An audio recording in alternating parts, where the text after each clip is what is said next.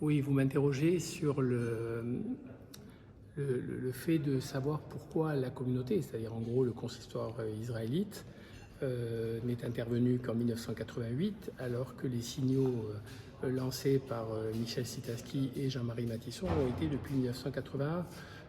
Personnellement, j'étais juste membre de cette communauté et je n'étais pas responsable, mais d'après ce que j'en ai entendu, en tout cas, il était très clair que, comme toute communauté juive implantée dans une ville, il y avait la volonté de faire le moins de remous possible.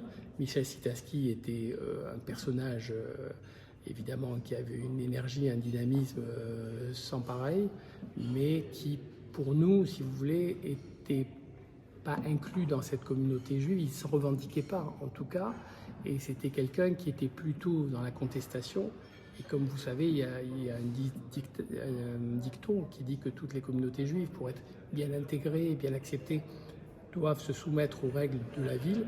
Et moi, j'estime que c'est peut-être dans ce cadre-là que le consistoire a souhaité aller dans cette direction d'apaisement, de calme, parce qu'il ne savait pas dans quelle direction allait aller ce procès Papon.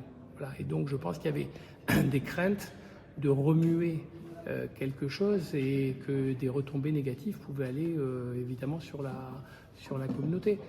Mais bon, aujourd'hui, il est important qu'on ait des aiguillons comme Jean-Marie Matisson, comme Michel Sitaski.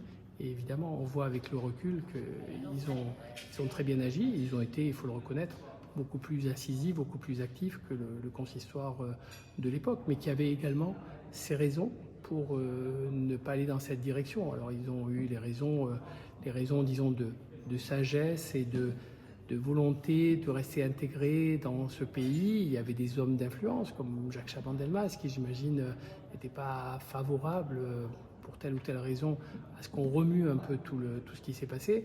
Mais regardez aussi le délai entre tout ce qui s'est passé au moment du procès Papon et la déclaration de Jacques Chirac en 1995. Donc c'est 14 ans après. Va-t-on reprocher au président précédent, avant Jacques Chirac, de ne pas avoir fait cette même déclaration?